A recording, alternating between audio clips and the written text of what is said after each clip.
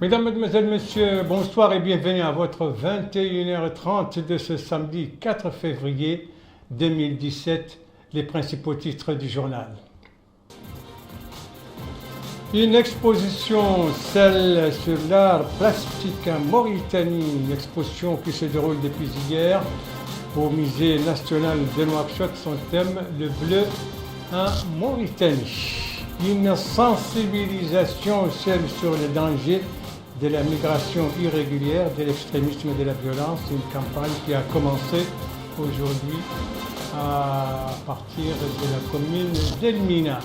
Une unanimité, celle qui s'est dégagée au sommet informel européen de Malte, c'était hier, c'est un sommet sur la migration, unanimité dédiée à la Libye, mais aussi de faire face à la politique de migration du nouveau président américain.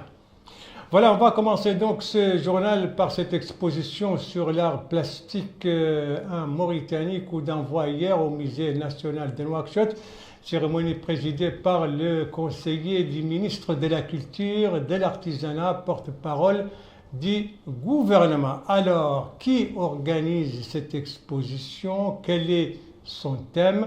Cette exposition qui, en tout cas, semble bien visitée. Rabia Adida. Plusieurs amoureux de l'art se sont donné rendez-vous au musée national pour apprécier les nombreux tableaux de cette exposition d'art plastique sous le thème « Le bleu ». Au total, 35 tableaux illustrant les conditions de vie des franges vulnérables, associant les couleurs bleues et jaunes, sont exposés à cette occasion au public de Nouakchott.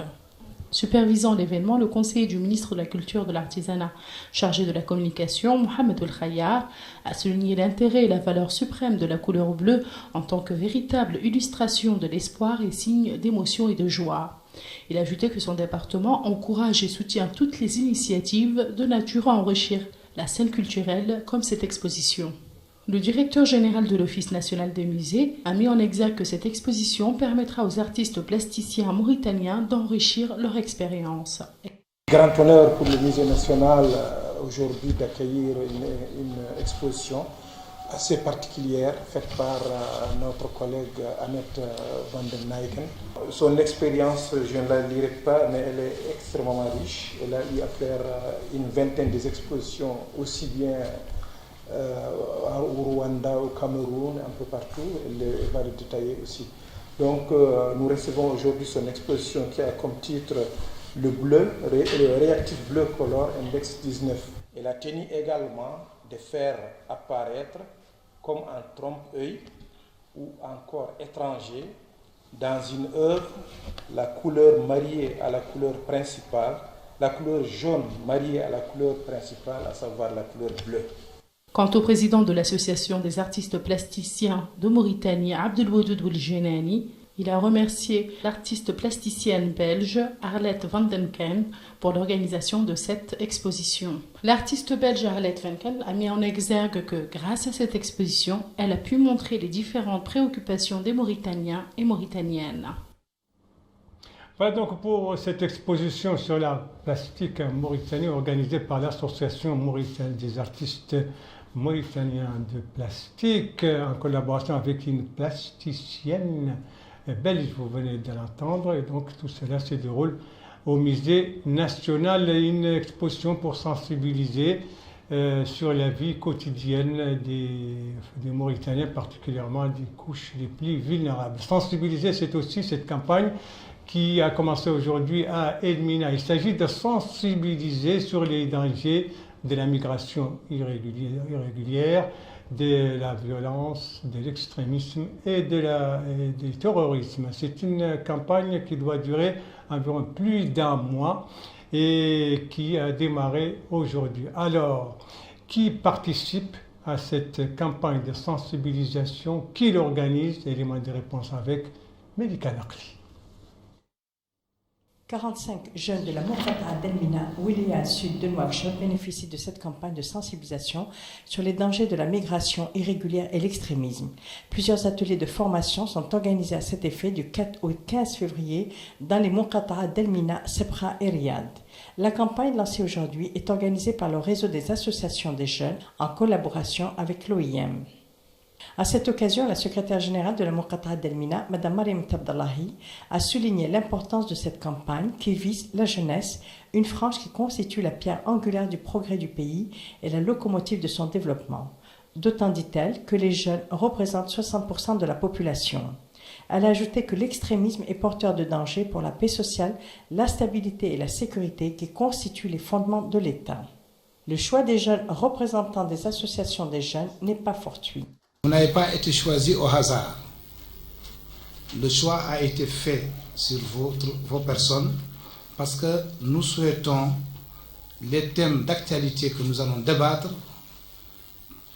que ça puisse être restitué à vos bases respectives.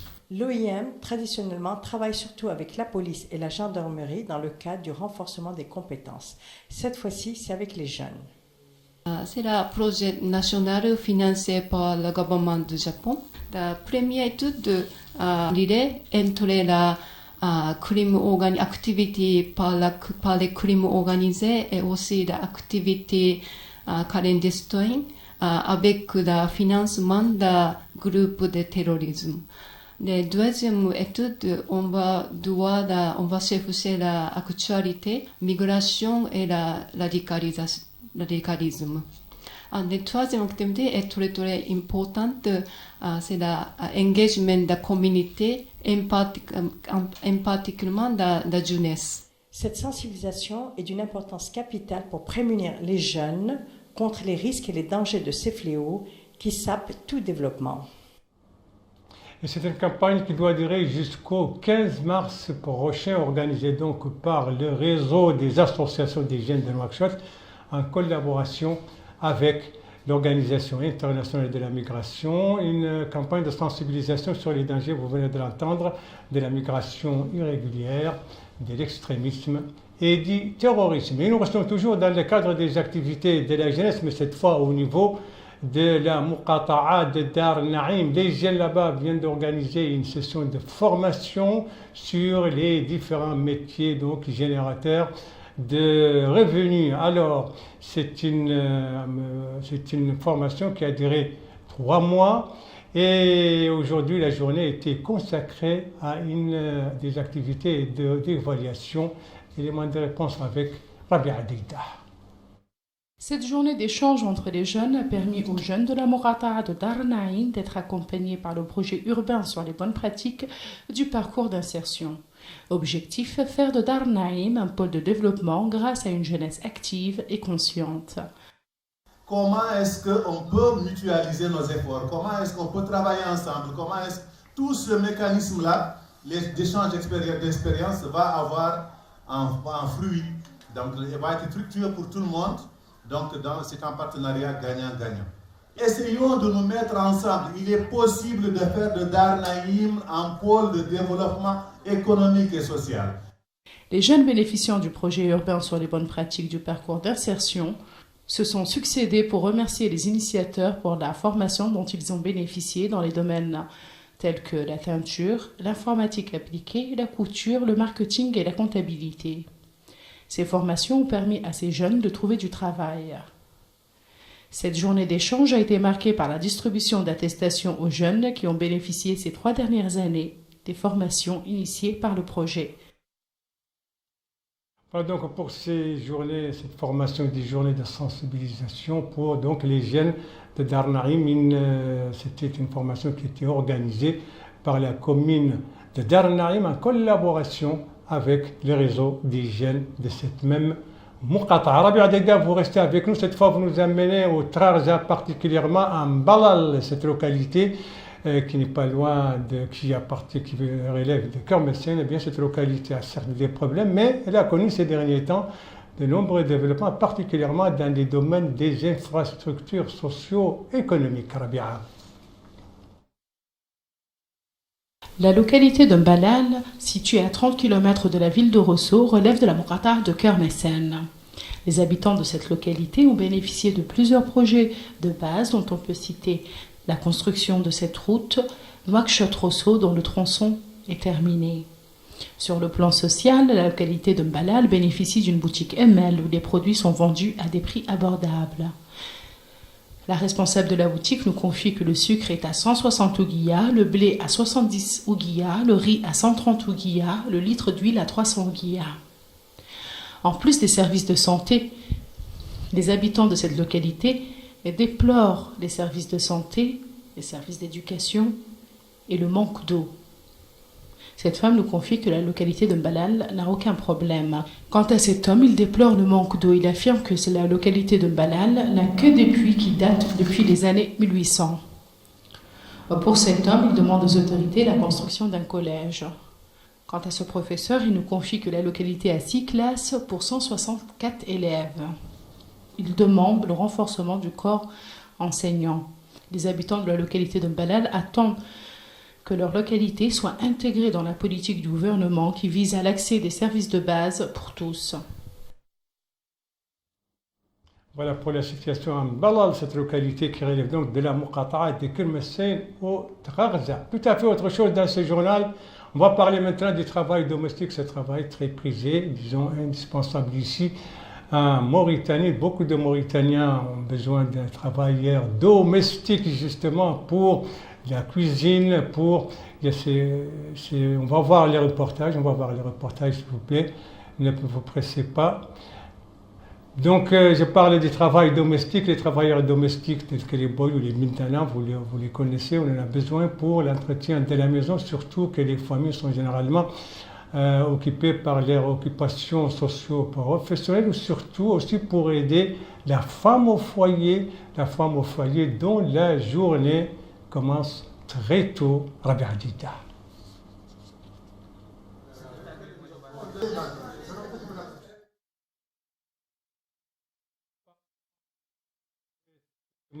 Après peut-être cet élément dans le cadre des activités des organisations, à parler notamment ce forum pour la construction de la démocratie, ce forum qui a organisé hier soir, on doit voir ces images, à moins qu'on ait trouvé l'élément de Rabia Hadida sur le travail de maison.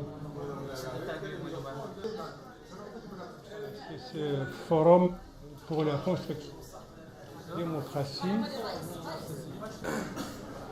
forum de la démocratie qui est organisé hier sur les thèmes la jeunesse, la religion, entre la citoyenneté et l'action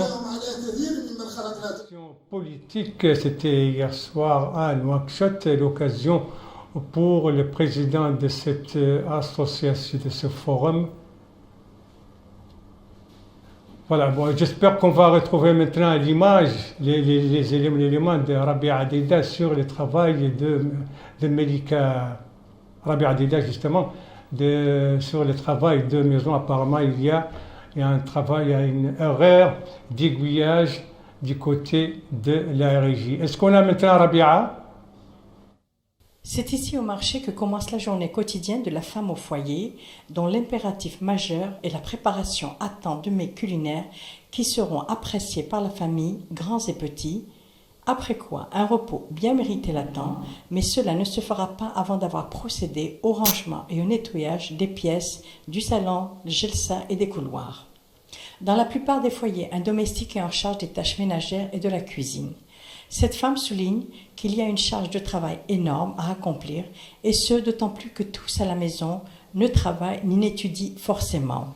Mais bien souvent, dit-elle, il y a un domestique qui accomplit les différentes tâches. De ce fait, certaines femmes n'assument pas leur rôle et s'en dégagent totalement.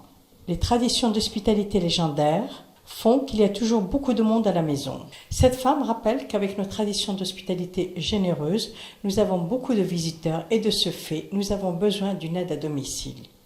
Les avis divergent quant à la nécessité ou non d'un domestique à la maison. Il n'en demeure pas moins qu'il n'est pas aisé pour une femme seule de tout prendre en charge. Voilà donc enfin cet élément sur le travail à la maison, la femme au foyer, le travail domestique, et c'était, vous l'avez rectifié de vous-même, Melika Naqli au lieu de Rabia Hadida, comme je viens de l'annoncer. Et auparavant, vous avez vu des images qui devaient d'ailleurs en principe venir après cet élément. Il s'agit des images du forum pour la construction de la démocratie, ce forum qui a organisé hier soir. un colloque sur la jeunesse et la religion entre la citoyenneté et l'action politique, l'occasion pour le président de ce forum de parler justement, de souligner que ce forum entre dans le cadre de toute une série de forums ce colloque entre dans le cadre de toute une série de colloques que le forum entend organiser, particulièrement des activités culturelles sur le rôle de la jeunesse et son importance dans le développement du pays. Voilà. Merci de suivre les GTF de Mauritania, même s'il y a quelque peu de perturbations du point de vue aiguillage des éléments. Le reste du journal avec une actualité internationale dominée par ce sommet de l'Union européenne qui s'est tenu hier à Malte. Malte, vous savez que c'est lui qui assure la présidence en exercice de l'Union européenne. On devait voir les images, je ne sais pas ce qui s'est passé. Mais en tout cas, ce sommet a une unanimité d'aider la Libye pour couper court. Voilà, les images sont enfin là. Alors, c'était un sommet informel sur la migration et les 27 étaient décidés à l'issue de ce sommet de fermer la route à la migration illégale, une migration dont 90% viennent de la Libye, surtout pour ceux qui rentrent à partir de l'Italie. Et c'est pourquoi les 27 ont décidé d'aider la Libye pour justement couper court à ces passeurs. Et les 27 étaient également unanimes pour faire bloc à la politique d'immigration suivie, annoncée par le nouveau président américain Donald Trump, surtout après le décret qu'il a décrété interdisant l'accès aux États-Unis des ressortissants venant de 7 pays arabes et musulmans, à savoir la Syrie, l'Irak, le Yémen, la Libye, le Soudan, la Somalie, ainsi que l'Iran. Un décret qui a provoqué un tollé non seulement aux États-Unis, mais également à travers le monde. Voilà, on va terminer ce journal avec la CAN 2017 qui se déroule actuellement au Gabon. La CAN qui a repris ses droits après 48 heures de pause. Ce soir, c'était la petite finale qui s'est jouée à Franceville et qui a opposé le Burkina Faso au Ghana. Ceci pour la 3e place. C'est bien 3e place qui revient désormais au Burkina Faso. Burkina qui a battu le Ghana par 1-0, un but marqué à la toute dernière minute, à peu près les 2 dernières minutes de la partie du temps réglementaire. Et demain, place à la grande finale. Et ce sera à partir de 19h, et ce sera à Libreville, la capitale gabonaise, une finale dont l'affiche, vous le connaissez, c'est l'Égypte face au Cameroun. Tout comme pour la petite finale et pour toutes les rencontres dans le cadre de cette 31e édition de la CAN, eh bien vous pourrez suivre cette finale sur la chaîne 2 d'El Mauritania à partir de 19h. Voilà, ce journal est à présent terminé. Merci à vous, madame, mademoiselle, monsieur, de l'avoir suivi. Merci bien entendu aux équipes rédactionnelles et techniques qui ont participé à sa conception. Je vous en rappelle les principales informations. Ici, c'est cette exposition sur l'art plastique en Mauritanie organisée au Musée national, ouverte depuis hier. Son thème, c'est le bleu. Et elle reflète un peu la vie des Mauritaniens, particulièrement des couches vulnérables. Ici, c'est cette campagne de sensibilisation entreprise par le réseau des associations des jeunes de Mauritanie en collaboration avec l'Organisation internationale de la migration, sensibilisation sur les dangers de la migration étrangère et irrégulière, sur les dangers du terrorisme et de l'extrémisme. Ici, c'est le sommet de la Valette, le sommet de l'Union européenne sur la migration. Les 27 ont décidé d'aider la Libye et de faire bloc face à la politique de migration du nouveau président américain. Voilà, il ne me reste plus qu'à vous souhaiter une très très bonne fin de soirée, une très très bonne fin de semaine et à vous donner rendez-vous, Inch'Allah, demain aux mêmes heures, 19h, 21h30. Bonsoir.